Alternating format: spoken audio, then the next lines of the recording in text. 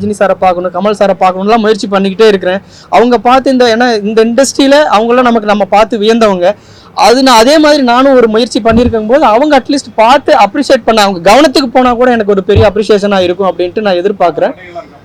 போக முடியல. நானும் எனக்கு தெரிஞ்ச வகையில் இந்த அரசோட கவனத்துக்கு கொண்டு போகணும்னு முயற்சி எடுத்துக்கிட்டே இருக்கேன். அதே மாதிரி இந்தியன் இண்டஸ்ட்ரின்னு தான் சொல்லுவாங்க. இங்கே தான் நம்ம தமிழ்நாடு இண்டஸ்ட்ரிங்கிறோம்.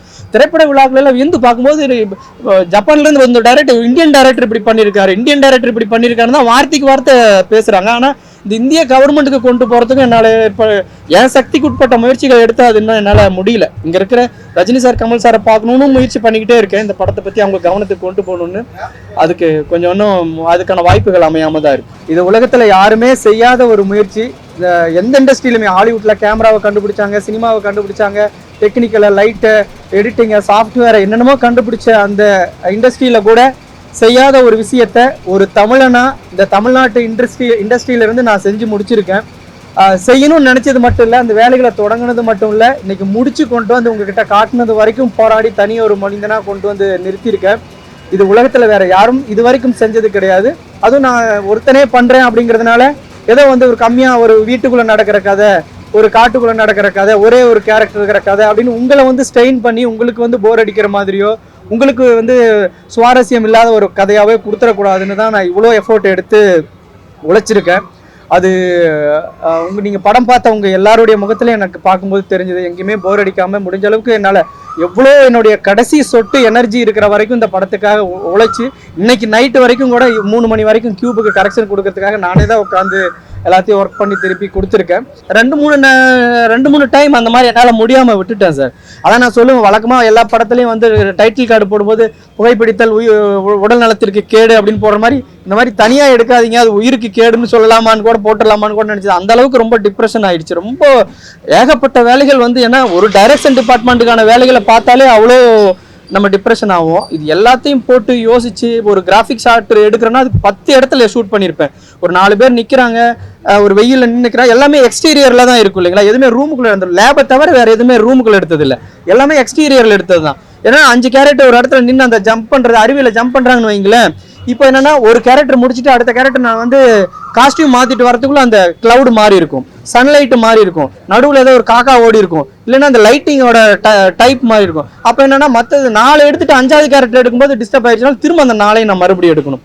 இப்படி பல வேலைகள் வந்து இது எங்கே எதை வச்சோம் எப்படி பண்ணோம், இது பயங்கர டிப்ரெஷனாக தான் இருந்துச்சு.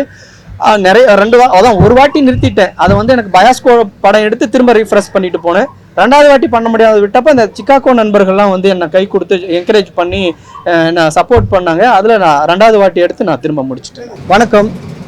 முதல்ல என்னோட படத்தை ப்ரெஸ் மீட்லேருந்து எண்டு டைட்டிலோட கடைசி ஃப்ரேம் வரைக்கும் உட்கார்ந்து பார்த்த உங்கள் அனைவருக்கும் என்னுடைய மனமார்ந்த நன்றிகள்.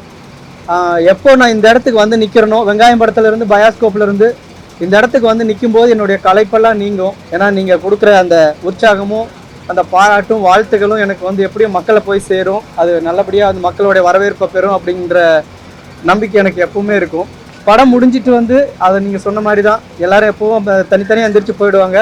கடைசி வரைக்கும் நாங்கள் உட்காந்து பார்க்குற அளவுக்கு சுவாரஸ்யமாக இந்த படத்தை கொடுத்துருக்கீங்க. ஒரே ஆள் போராடி எடுத்ததுனால இது சாதனை பண்ணுறங்கிற பேரில் எங்களை எதுவும் சோதனை பண்ணாமல் ரொம்ப இன்ட்ரெஸ்டிங்காக சுவாரஸ்யமாக குழந்தைங்கள்லாம் விறுவிறுப்பாக பார்க்குற மாதிரியான படமாக இருக்குன்னு என்கிட்ட பாராட்டுகளை தெரிவித்த எல்லாருமே சொன்னது எனக்கு பெரிய உற்சாகமாக இருக்குது. இந்த 6 ஆண்டு கால என்னுடைய களைப்பு எல்லாமே நீங்கின மாதிரி இருக்குது. இது உலகத்தில் யாருமே செய்யாத ஒரு முயற்சி. எந்த இண்டஸ்ட்ரியிலுமே, ஹாலிவுட்டில் கேமராவை கண்டுபிடிச்சாங்க, சினிமாவை கண்டுபிடிச்சாங்க, டெக்னிக்கலை, லைட்டை, எடிட்டிங்கை, சாஃப்ட்வேரை என்னென்னமோ கண்டுபிடிச்ச அந்த இண்டஸ்ட்ரியில் கூட செய்யாத ஒரு விஷயத்த ஒரு தமிழனா இந்த தமிழ்நாட்டு இண்டஸ்ட்ரியிலிருந்து நான் செஞ்சு முடிச்சிருக்கேன். செய்யணும்னு நினச்சது மட்டும் இல்லை, அந்த வேலைகளை தொடங்கினது மட்டும் இல்லை, இன்னைக்கு முடிச்சு கொண்டு வந்து உங்ககிட்ட காட்டினது வரைக்கும் போராடி தனி ஒரு மனிதனாக கொண்டு வந்து நிறுத்தியிருக்கேன். இது உலகத்தில் வேற யாரும் இது வரைக்கும் செஞ்சது கிடையாது. அதுவும் நான் ஒருத்தனே பண்ணுறேன் அப்படிங்கிறதுனால ஏதோ வந்து ஒரு கம்மியாக ஒரு வீட்டுக்குள்ளே நடக்கிற கதை, ஒரு காட்டுக்குள்ளே நடக்கிற கதை, ஒரே ஒரு கேரக்டர் இருக்கிற கதை அப்படின்னு உங்களை வந்து ஸ்ட்ரெயின் பண்ணி உங்களுக்கு வந்து போர் அடிக்கிற மாதிரியோ உங்களுக்கு வந்து சுவாரஸ்யம் இல்லாத ஒரு கதையாகவே கொடுத்துடக்கூடாதுன்னு தான் நான் இவ்வளோ எஃபோர்ட் எடுத்து உழைச்சிருக்கேன். அது நீங்கள் படம் பார்த்தவங்க எல்லாருடைய முகத்தில் எனக்கு பார்க்கும்போது தெரிஞ்சது. எங்கேயுமே போர் அடிக்காமல் முடிஞ்ச அளவுக்கு என்னால் எவ்வளோ என்னுடைய கடைசி சொட்டு எனர்ஜி இருக்கிற வரைக்கும் இந்த படத்துக்காக உழைச்சி இன்னைக்கு நைட்டு வரைக்கும் கூட 3 மணி வரைக்கும் கியூபுக்கு கரெக்ஷன் கொடுக்கறதுக்காக நானே தான் உட்காந்து எல்லாத்தையும் ஒர்க் பண்ணி திருப்பி கொடுத்துருக்கேன்.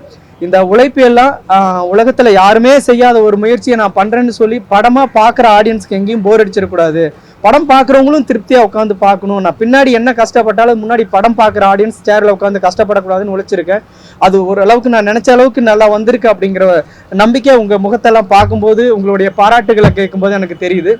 நான் ஒரு தமிழனா உங்களுக்குள்ள இருக்கக்கூடிய வெங்காயம் பாறை மாதிரி பயாஸ்கோப்பு மாதிரி இந்த மக்களுக்காக படம் எடுக்க வந்தோம். நான் உங்களுக்கே நல்லா தெரியும், நான் வெறும் காசு மட்டும் சம்பாதிக்கிறதுக்கு படம் எடுக்கணும்னு தான் இந்த 6 வருஷத்துல கண்டிப்பா நான் ஒரு 6 படம் பண்ணியிருந்தா கூட அது 3 படம் எனக்கு ஃபினான்சியலா வந்து எனக்கு கை கொடுத்துருக்கும், நான் பெரிய பணக்காரனா மாறி இருந்திருக்கலாம். ஆனா இந்த சினிமாவுக்கு வந்திருக்கோம், இந்த மக்களுக்கும் இந்த சினிமாவுக்கும் ஏதாவது ஒரு புதுசா ஒன்று பண்ணணுங்கிற தவிப்போட நான் இறங்கி இந்த வேலையை பண்ணி முடிச்சிருக்கேன். ஒரு தமிழனா திரும்பவும் ஏன் திரும்ப தமிழன்னு சொல்றேன்னா, இது எவ்வளோ டெக்னிக்கலை கண்டுபிடிச்ச இண்டஸ்ட்ரியிலலாம் கூட இது எடுக்காத முயற்சியை எடுத்து நாங்கள் முடிச்சு காட்டியிருக்கேன்.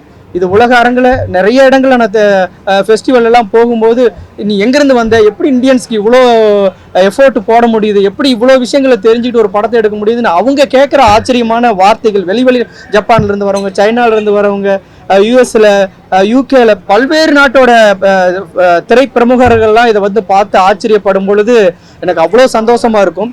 அதே மாதிரி இந்த தமிழ் சமூகத்தில் இருக்கக்கூடிய என்னுடைய மக்கள், என்னுடைய சினிமாக்காரங்க, என்னுடைய பத்திரிகைக்காரங்க, என்ன கொண்டாடினவங்க, எப்பவும் நான் அண்ணன் தம்பியா நினைக்கக்கூடிய நீங்களும் என்னுடைய இந்த மாபெரும் உழைப்பை மக்கள்கிட்ட கொண்டு போய் சேர்த்துனீங்கன்னா நான் இந்த 6-7 வருஷம் பட்ட கஷ்டத்துக்கெல்லாம் எனக்கு ஒரு பலன் கிடைச்ச மாதிரி இருக்கும். உண்மையிலேயே நான் அந்த படத்தில் இருக்கக்கூடிய என்னோட முடியை பார்த்தீங்கன்னா இப்போ எனக்கு எவ்வளோ முடி இருக்குன்னு பார்த்தீங்கன்னா தெரியும். நான் எவ்வளோ உழைச்சி, எவ்வளோ டிப்ரெஷன் ஆகி, எவ்வளோ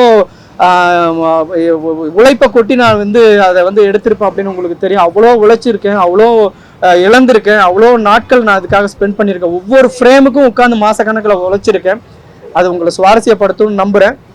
உங்களை இப்போ நீங்கள் படம் பார்த்துட்டு வரும்போது நீங்கள் எந்த மாதிரியான மனநிலையில் இருந்தீங்களோ அதே மனநிலையில் ஆடியன்ஸ் உள்ள வரணும். ஏன்னா இது பெரிய ஹீரோ இல்லை, பெரிய ப்ரொடக்ஷன் வேல்யூ இல்லை, பெரிய கம்பெனி இல்லை, யாரும் பெரிய கம்பெனி ரிலீஸ் பண்ணலை அப்படின்ட்டு மக்கள் பார்க்க வராமல் விட்டுருவாங்க. நீங்கள் கொடுக்குற அந்த ஒரு ஆதரவில், நீங்கள் கொடுக்குற அந்த படம் பற்றி, இந்த எஃபோர்ட்டை பற்றி நீங்கள் சொல்கிற அந்த வார்த்தைகள் தான் மக்களை படம் பார்க்க வரும். ஏன்னா வெங்காயம் படத்துக்கு நீங்கள் இதை பண்ணீங்க, எனக்கு இது நீங்கள் செய்யாத விஷயம் இல்லை, எனக்கு செஞ்ச விஷயம்தான். அது மாதிரி எனக்கு திரும்பவும் உங்களுடைய ஒத்துழைப்பை கொடுத்து மக்களை திரையரங்கத்துக்கு வந்து பார்க்கறதுக்கான வாய்ப்புகளை நீங்கள் உருவாக்கி தரணும்னு உங்களை ரொம்ப அன்போட கேட்டுக்கிறேங்க.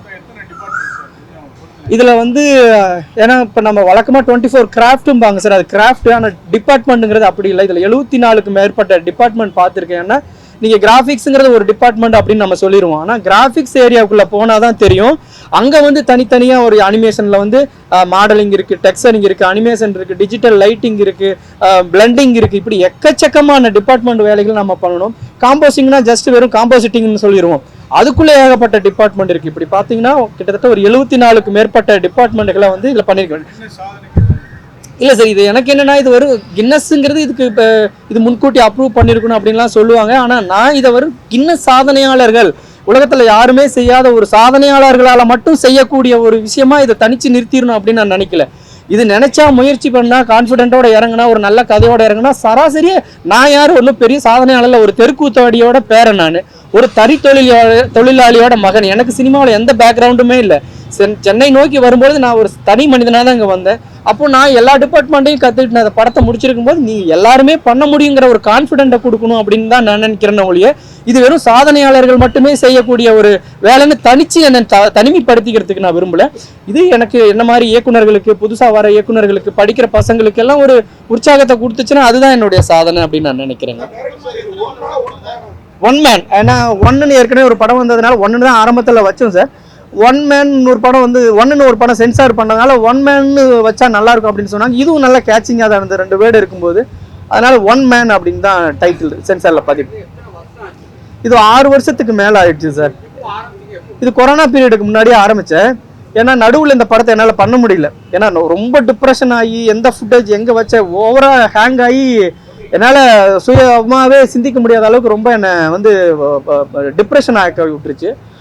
அப்புறம் கொஞ்ச நாள் நிறுத்திட்டு பயாஸ்கோப்னு ஒரு படம் பண்ணி எல்லா டீமோட ஒரு படம் பண்ணி கொஞ்சம் ரிலாக்ஸ் பண்ணிக்கிட்டு கொஞ்சம் தேக்கம் தேறி அப்புறம் சிக்காகோ போனேன். அங்கே கொஞ்சம் என்னை வந்து அங்கே இருக்கிற சிக்காகோ மக்கள் தெருக்கூத்து பண்ணுறதுக்காக போனேன். அங்கே நான் இந்த படமே பண்ண முடியாது அப்படின்னு கைவிட்டுட்டு தான் போனேன். அங்கே இருக்கிற மக்கள் இந்த படத்தை கேள்விப்பட்டு, சார் இது உலகத்தில் யாருமே பண்ணாத ஒரு விஷயத்தை நீங்கள் தொடங்கிட்டீங்க, நீங்கள் முடிச்சே ஆகணும்னு அவங்க கொடுத்த உற்சாகமும் அவங்க கொடுத்த எனக்கு கொடுத்த எனர்ஜியில் வந்து இந்த படத்தை முடித்தேன். இல்லை, நான் வேற விஷயத்து இந்த படத்தை கைவிட்டுட்டேன். ஒரு கட்டத்தில் கைவிட்டுட்டு நான் ஒரு தெருக்கூத்து நடத்துறதுக்காக சிக்காகோ போனேன். அங்கே கேள்விப்பட்டவங்க, சார் இந்த படத்தை முடிச்சுன்னு சொல்லி அத்தனை எனக்கு தேவையான எனர்ஜி எல்லாத்தையுமே கொடுத்து இன்னைக்கு ரிலீஸ் வரைக்கும் எனக்கு உற்சாகம் கொடுத்தது, அவங்களுடைய கொடுத்த அந்த உற்சாகமும் சப்போர்ட்டும் தான் இந்த படத்தை கம்ப்ளீட் பண்ண வச்சுது அப்படிங்கிறத நான் சொல்றேன். என்னங்க, நான் எல்லாரையும் சந்திக்கணும்னு தான் நினைக்கிறேன் சார். இந்த படத்துக்கான அட்லீஸ்ட் ஒரு ப்ரோமோவுக்காகவாது சந்திக்கணும்னு நினைக்கிறேன். ரஜினி சாரை பார்க்கணும், கமல் சாரை பார்க்கணும்லாம் முயற்சி பண்ணிக்கிட்டே இருக்கிறேன். அவங்க பார்த்து இந்த இண்டஸ்ட்ரியில் அவங்களாம் நம்ம பார்த்து வியந்தவங்க. நான் அதே மாதிரி நானும் ஒரு முயற்சி பண்ணியிருக்கும் போது அவங்க அட்லீஸ்ட் பார்த்து அப்ரிஷியேட் பண்ண, அவங்க கவனத்துக்கு போனால் கூட எனக்கு ஒரு பெரிய அப்ரிஷியேஷனாக இருக்கும் அப்படின்ட்டு நான் எதிர்பார்க்குறேன். போக முடியல. நானும் எனக்கு தெரிஞ்ச வகையில் இந்த அரசோட கவனத்துக்கு கொண்டு போகணும்னு முயற்சி எடுத்துக்கிட்டே இருக்கேன். அதே மாதிரி இந்தியன் இண்டஸ்ட்ரின்னு தான் சொல்லுவாங்க. இங்கே தான் நம்ம தமிழ்நாடு இண்டஸ்ட்ரிங்கிறோம்.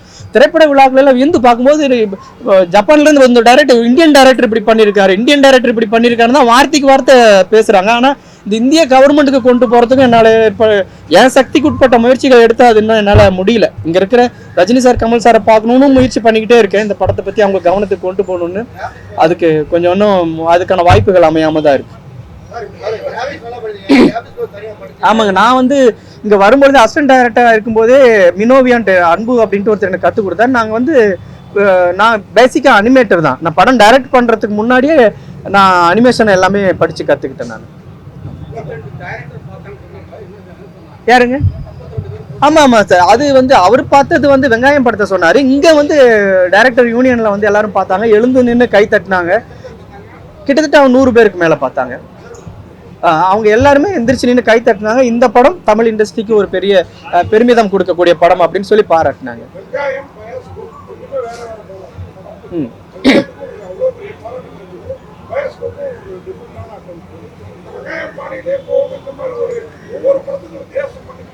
ஆமாங்க, இப்போ வெங்காயம் வந்து நம்ம ரீஜனல்ல இருக்கக்கூடிய மக்களுக்கு அவங்களுக்கு சொல்ல வேண்டிய ஒரு விஷயத்த நம்ம சொல்லணும்னு நினைச்சேன்.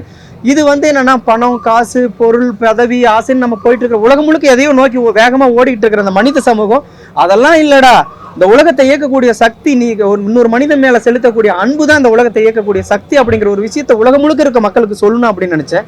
அப்போ இது ஒரு வேர்ல்டு கண்டென்ட்டா நான் வச்சுக்கிட்டேன். ஒரு சயின்ஸ் ஃபிக்ஷன், இந்த உலகம் அழியுது அப்படிங்கிற மாதிரி ஒரு இன்டர்நேஷனல் கண்டென்ட்டா எடுத்ததுனால இது ஒரு வேற ஒரு டிஃப்ரெண்டான ஒரு ஜானரில் ஒரு டிஃப்ரெண்டான ஸ்டோரி லைனில் நான் பண்ணேன். இது ரொம்ப தமிழ்நாட்டுக்கு மட்டும் பண்ணக்கூடாது, எல்லா லாங்குவேஜ்லையும் இதை பார்க்க முடியக்கூடிய அளவுக்கு தான் இந்த ஸ்க்ரீன் பிளே, டயலாக் எல்லாமே இருக்கும். அப்படிங்கிறதுனால எல்லாருக்குமான கண்டென்ட்டாக இருக்கணும் அப்படின்னு நான் அதை வச்சு.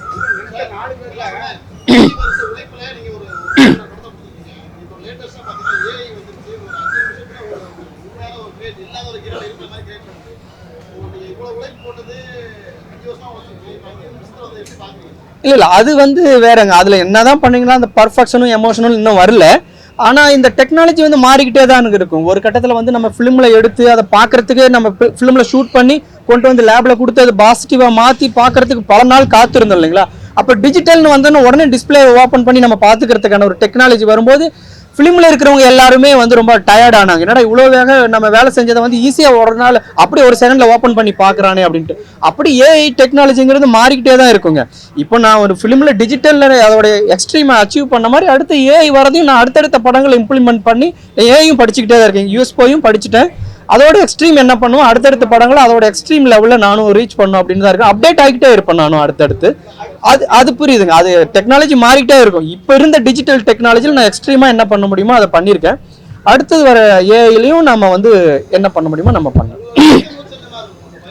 கண்டிப்பாக அடுத்தது ஏன்னா நிறைய அட்டம்ப்டாக எடுத்து கொஞ்சம் ஒரு சின்ன டயர்டாக தான் இருக்குங்க. அடுத்து ஒரு கமர்ஷியலாக இன்னும் கொஞ்சம் எல்லா டீமோட சேர்ந்து ஒரு ரிலாக்ஸாக ஒரு படம். எப்படி நம்ம சத்யராஜ் சொன்னார், நான் ஒரு படத்தை டைரக்ட் பண்ணிட்டு அடுத்து நடிக்க போகும்போது அவ்வளோ ரிலாக்ஸாக ஃபீல் பண்ணேன் அப்படின்னு சொன்னார்ல, அந்த மாதிரி நான் வந்து நானே எல்லா வசதியும் பண்ணிட்டு இருந்துட்டு நான் டீமோட சேர்ந்து ஒரு படம் பண்ணுறது அவ்வளோ ரிலாக்ஸாக ஃபீல் ஆகும்னு நினைக்கிறேன். அது மாதிரியான ஒரு படம் பண்ணணும் அப்படின்னு தான் பிளான் பண்ணிட்டு இருக்கேன்.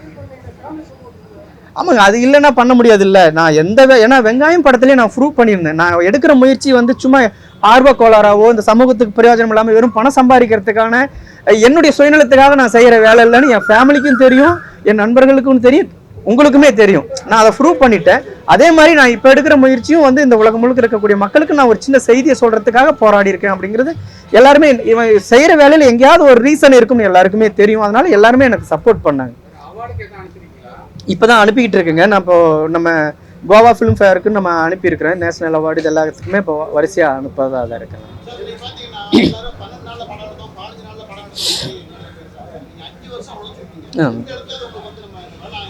அதான் சார் ரெண்டு மூணு டைம் அந்த மாதிரி என்னால் முடியாமல் விட்டுட்டேன் சார். அதான் நான் சொல்லுவேன், வழக்கமாக எல்லா படத்துலையும் வந்து டைட்டில் கார்டு போடும்போது புகைப்பிடித்தல் உடல் நலத்திற்கு கேடு அப்படின்னு போடுற மாதிரி இந்த மாதிரி தனியாக எடுக்காதீங்க, அது உயிருக்கு கேடுன்னு சொல்லலாமான்னு கூட போட்டுடலாமான்னு கூட நினச்சது. அந்த அளவுக்கு ரொம்ப டிப்ரெஷன் ஆயிடுச்சு. ரொம்ப ஏகப்பட்ட வேலைகள் வந்து, ஏன்னா ஒரு டைரக்ஷன் டிபார்ட்மெண்ட்டுக்கான வேலைகளை பார்த்தாலே அவ்வளோ நம்ம டிப்ரெஷன் ஆகும். இது எல்லாத்தையும் போட்டு யோசிச்சு ஒரு கிராஃபிக் ஷாட் எடுக்கிறோன்னா அதுக்கு 10 இடத்துல ஷூட் பண்ணியிருப்பேன். ஒரு 4 பேர் நிற்கிறாங்க, ஒரு வெயிலில் நின்றுக்கிறாங்க, எல்லாமே எக்ஸ்டீரியரில் தான் இருக்கும் இல்லைங்களா. எதுவுமே ரூமுக்குள்ளே எடுத்துரும், லேபை தவிர வேறு எதுவுமே ரூமுக்குள்ளே எடுத்தது இல்லை, எல்லாமே எக்ஸ்டீரியரில் எடுத்தது தான். ஏன்னா 5 கேரக்டர் ஒரு இடத்துல நின்று அந்த ஜம்ப் பண்ணுறது, அருவியில் ஜம்ப் பண்ணுறாங்கன்னு வைங்களேன். இப்போ என்னன்னா ஒரு கேரக்டர் முடிச்சுட்டு அடுத்த கேரக்டர் நான் வந்து காஸ்டியூம் மாற்றிட்டு வரதுக்குள்ள அந்த கிளவுட் மாறி இருக்கும், சன்லைட்டு மாறி இருக்கும், நடுவில் ஏதோ ஒரு காக்கா ஓடி இருக்கும், இல்லைன்னா அந்த லைட்டிங்கோட டைப் மாறி இருக்கும். அப்போ என்னன்னா மற்றது 4 எடுத்துட்டு 5வது கேரக்டர் எடுக்கும்போது டிஸ்டர்ப் ஆயிடுச்சுனாலும் திரும்ப அந்த 4ஐயும் நான் மறுபடியும் எடுக்கணும். இப்படி பல வேலைகள் வந்து இது எங்கே எதை வச்சோம் எப்படி பண்ணோம், இது பயங்கர டிப்ரெஷனாக தான் இருந்துச்சு. நிறைய அதான் ஒரு வாட்டி நிறுத்திட்டேன். அதை வந்து எனக்கு பயாஸ்கோ படம் எடுத்து திரும்ப ரீஃப்ரெஷ் பண்ணிட்டு போனேன். 2வது வாட்டி பண்ண முடியாத விட்டப்போ இந்த சிக்காகோ நண்பர்கள்லாம் வந்து என்னை கை கொடுத்து என்கரேஜ் பண்ணி நான் சப்போர்ட் பண்ணாங்க. அதில் நான் 2வது வாட்டி எடுத்து நான் திரும்ப முடிச்சிட்டேன். ஆமாம் ஆமாம் ஹெலிகாப்டர் வந்துச்சு. இல்லை ஹெலிகாப்டர் வந்துச்சு, நீங்கள் தான் கவனிக்கலன்னு நினைக்கிறேன். ஹெலிகாப்டர் அது தொங்குறது ப்ளூ மேட்டில் ஆமாம் சார். அதாவது என்னன்னா எனக்கு தெரிஞ்சு, அதாவது 500 கோடி ரூபாயில எடுத்த படங்கள், 500 பேர் டீமோட சேர்ந்து எடுத்த படங்களே நாங்கள் உட்கார முடியாமல் வந்துட்டோம், பார்க்க முடியல, போர் அடிச்சதுன்னு சொல்கிற படங்கள் சில இருக்குது. ஆனால் தனி ஒரு ஆளாக எல்லாத்தையும் செஞ்சு கஷ்டப்பட்டு போர் அடிக்காமல் நீங்கள் இருக்கை நுண்ணியில் வந்து பார்த்தேன் அப்படின்னு சொல்கிறது உண்மையிலே எனக்கு நான் செஞ்ச வேலைக்கு எனக்கு கிடைச்ச ஒரு அங்கீகாரமாக நினச்சிக்கிறேன். இல்லை என்னன்னா இப்போ முதலமைச்சர்னு மட்டும் இல்லைங்க, இப்போ ஒவ்வொரு துறைக்கும் தனியாக ஒரு துறை இருக்குது, ஒரு அமைச்சகம் இருக்குது இல்லைங்களா. திரைப்பட வளர்ச்சி துறைன்னு ஒன்று இருக்குது. அது என்னன்னா கமர்ஷியலாக எடுக்கிற படங்கள் 100 படங்கள் வரலாம். ஆனால் இந்த மாதிரி இப்போ இது வந்து உலகமே திரும்பி பார்க்கக்கூடிய வகையில் ஒரு படம் எடுத்திருக்கோம். உலகத்தில் 2 விதமான படங்கள் கவனத்தை பெறுங்க. ஒன்று வந்து பெரிய பட்ஜெட்டில் அபகலிப்டோ மாதிரி, அவதார் மாதிரி, காட்சில்லா மாதிரி எடுக்கக்கூடிய படங்கள் உலகம் முழுக்க போய் சேரும். இன்னொன்று காஸ்டாவே மாதிரி, 127 hours மாதிரி, பரீடு மாதிரி வித்தியாசமான முயற்சிகள் எடுக்கக்கூடிய படங்கள் இருக்குல்ல, அதுவும் உலகம் முழுக்க போய் சேரும். அது இது ஒரு காருக்குள்ளேயே படம் எடுத்திருக்கான், ஒரு தனியாள் வந்து ஒரு தீவுல மாட்டி, இப்படியான படங்கள் வந்து அந்தந்த ஒரு நேட்டிவை வந்து காலம் முழுக்க அழியாத பெரிய செல்வமாக கிடைக்கும். அந்த மாதிரியான ஒரு முயற்சியை நம்ம தமிழ் சினிமாவிலேருந்து எடுத்திருக்கேன். இது முதலமைச்சரும் நம்ம அமைச்சரும் இதை கவனித்து, இல்லை இது வந்து நான் பரிசோதனைன்னு சொல்லி போர் அடிக்கக்கூடிய ரொம்ப ஸ்ட்ரெயின் பண்ணக்கூடிய படமாக இல்லைன்னு நீங்களே சாட்சியாக இருக்கீங்களே. சுவாரஸ்யமாக கொடுக்கறதுக்கு எவ்வளோ மெனக்கிடுறோம் ஒரு டீமாக சேர்ந்து, அதை தனியால் முயற்சி பண்ணி எடுத்திருக்கேன். அது இந்த அரசாங்கமும் அதுக்கான உதவிகளை அதை கவனித்து நான் அமைச்சர் ராஜ்மோகன் அவர்களையும் சந்திக்கிறதுக்கு முயற்சி பண்ணிகிட்டே இருக்கேன், சந்தித்து பேசியும் இருக்கேன். அதுக்கு கூடுதலாக சில ஏதாவது நல்ல விஷயங்கள் நடக்கும் அப்படின்னு நான் நம்பிக்கையோட காத்திருக்கேன். இல்லைங்க, என்னன்னா நான் சொன்னேன் இல்லைங்களா, ஒரே சிங்கிள் சேம் ஷாட்ல எடுக்கும் பொழுது அந்த லைட்டிங் வந்து மாறுறதுக்குள்ள நான் ஒரு 15 நிமிஷத்துக்குள்ள அந்த ஒட்டுமொத்த ஷாட்டையும் நான் எடுத்து முடிச்சுன்னா மட்டும்தான் அந்த 5 ஷாட்டையும் கம்பைன் ஷாட்டை நான் முடிக்க முடியுங்க. 15 நிமிஷத்துக்கு மேலே போயிடுச்சுன்னா அந்த மேகம் தூர போயிடும், லைட்டிங் மாறிடும், அடுத்து அந்த கிளவுடே வந்து வேற மாதிரி ஆகிடும். அப்போ நான் ஒரு லேடி கேரக்டர் போடணும்னு வைங்களேன், அதுக்கு எவ்வளோ வேலை செய்யணும், அதுக்கு ப்ராப்பர் மேக்கப் பண்ணணும். ஒன்றா அவை சண்முகி மாதிரி ரெமோ மாதிரி ப்ராப்பராக பண்ணணும் லேடி கேரக்டர். சும்மா காமெடியாக நம்ம கோயில் திருவிழாக்களில் பெண்கள் என்னங்க, இல்லை அது அது நடக்காதுன்னு தெரியும். அதனால தான் அம்மா கேரக்டர் மாதிரி தனியாக இருக்கிற கேரக்டர்களுக்கு நான் போயிட்டேன். அப்போ நீங்கள் இப்போ ஒரு லேடி கேரக்டர் வச்சு காமெடியாக போயிருதுன்னு வச்சுக்கங்களேன், ஒட்டுமொத்த படமுமே உங்களுக்கு வந்து டிஸ்டர்பன்ஸாக ஒரு மாதிரி அமைச்சூராக தெரிய ஆரம்பிச்சிருக்கும். இப்போ இல்லைன்னா கூட உங்களுக்கு அது இல்லைங்கிற ஃபீல் இருக்காது. ஆனால் அந்த அம்மா வந்து அந்த அன்புக்காக ஏங்குறாங்க அப்படிங்கிற விஷயம் எனக்கு கனெக்ட் ஆகிட்டே இருக்கும். அவங்க தனியாக தான் இருப்பாங்க. எதெல்லாம் மெச்சூராக ஃபீல் கொடுக்குமோ அதெல்லாம் ட்ரை பண்ணி